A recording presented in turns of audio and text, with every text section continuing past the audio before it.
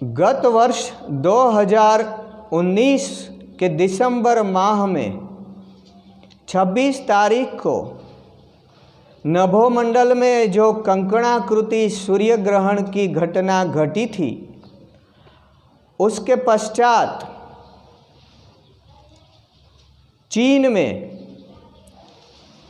विषैले सूक्ष्म जीवों से महामारी का सूत्रपात हुआ और शनैः शनैः वो महामारी सारे विश्व में फैल गई, क्योंकि वह महामारी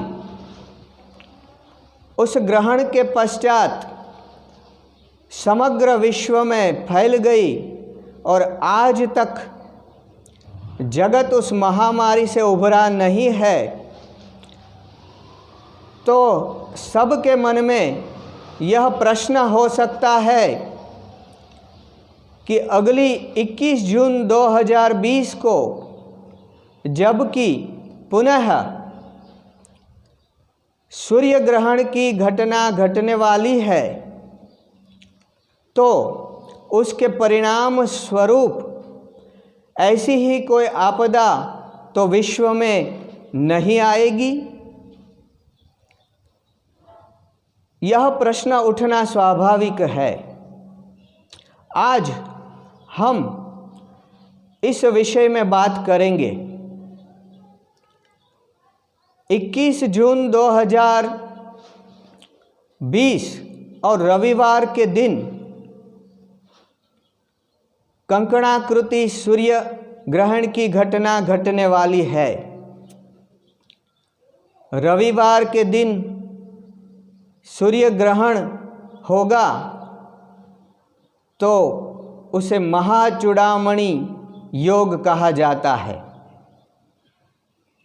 इस योग में किए हुए दान पुण्य का कोटि गुना फल मिलता है। इस सूर्य ग्रहण की विशेषता क्या है? 19 दिसंबर 19 में जो 26 दिसंबर का सूर्य ग्रहण हुआ था, उसकी विशेषता यह थी कि उस समय 6 ग्रह एक ही राशि में इकट्ठा हो गए थे। तो 21 जून को रविवार के दिन मिथुन राशि में जो कंकणाकृति सूर्य ग्रहण घटने वाला है, उसकी विशेषता क्या होगी, इसके विषय में हम प्रारंभ में बात करेंगे। उसकी विशेषता ये होगी कि उस ग्रहण काल की कुंडली में एक साथ 7 ग्रह वक्री होंगे और काल सर्प योग भी होगा। फिर 11 मई 2020 के दिन मकर राशि में शनिदेव वक्री होंगे और फिर 13 मई 2020 के दिन दानवों के गुरु शुक्राचार्य वक्री होंगे तथा 14 मई को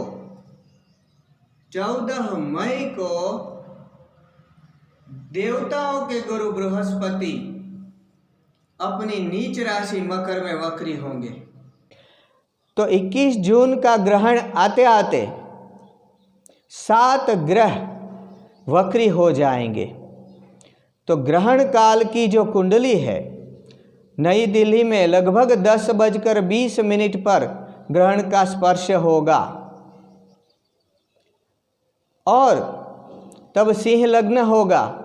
लेकिन आगे चलकर जब ग्रहण अपने मध्यकाल में पहुंचेगा तो कन्या लग्न हो जाएगा। तो ग्रहण काल की जो कुंडली है, यहाँ पर मेरे पीछे दिखाई गई है, वहाँ पर आप देख सकते हैं कि कन्या लग्न मैंने दिखाया है, काल सर्पयोग है। ये कुंडली के आधे हिस्से में सारे ग्रह है, राहु और केतु के बीच में सारे ग्रह आ चुके हैं और जो ग्रह लाल अक्षर से दिखाए गए हैं वे सारे ग्रह वक्री है।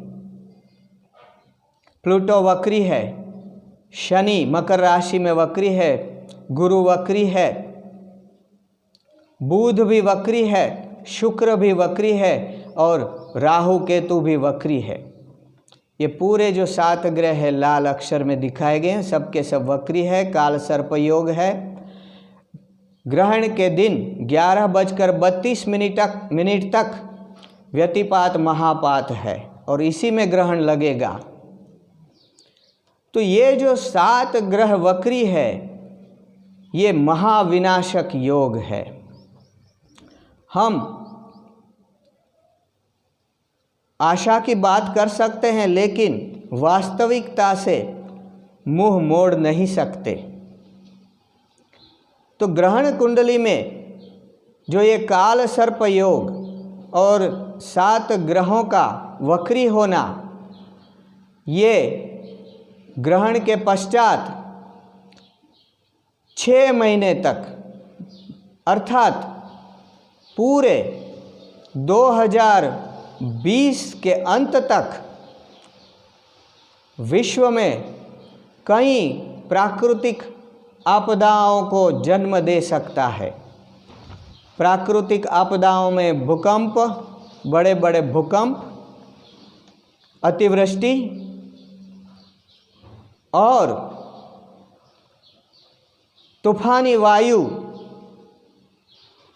की आपदा आ सकती है, चक्रवात आ सकते हैं, युद्ध की विभीषिका खड़ी हो सकती है, आतंकवाद से भी सावधान रहना पड़ेगा।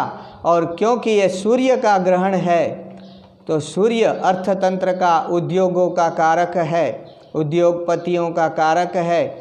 ये राजनेता और गणमान्य व्यक्तियों का कारक है, तो उनको कष्ट होगा, उनको मृत्यु तुल्य कष्ट हो सकता है। हमारे नेताओं को, राजनेताओं को, उद्योगपतियों को बहुत ही सावधान रहना पड़ेगा, उन पे आपदा आ सकती है। हमारा अर्थतंत्र है ये काफ़ी कठिनता का अनुभव कर सकेगा।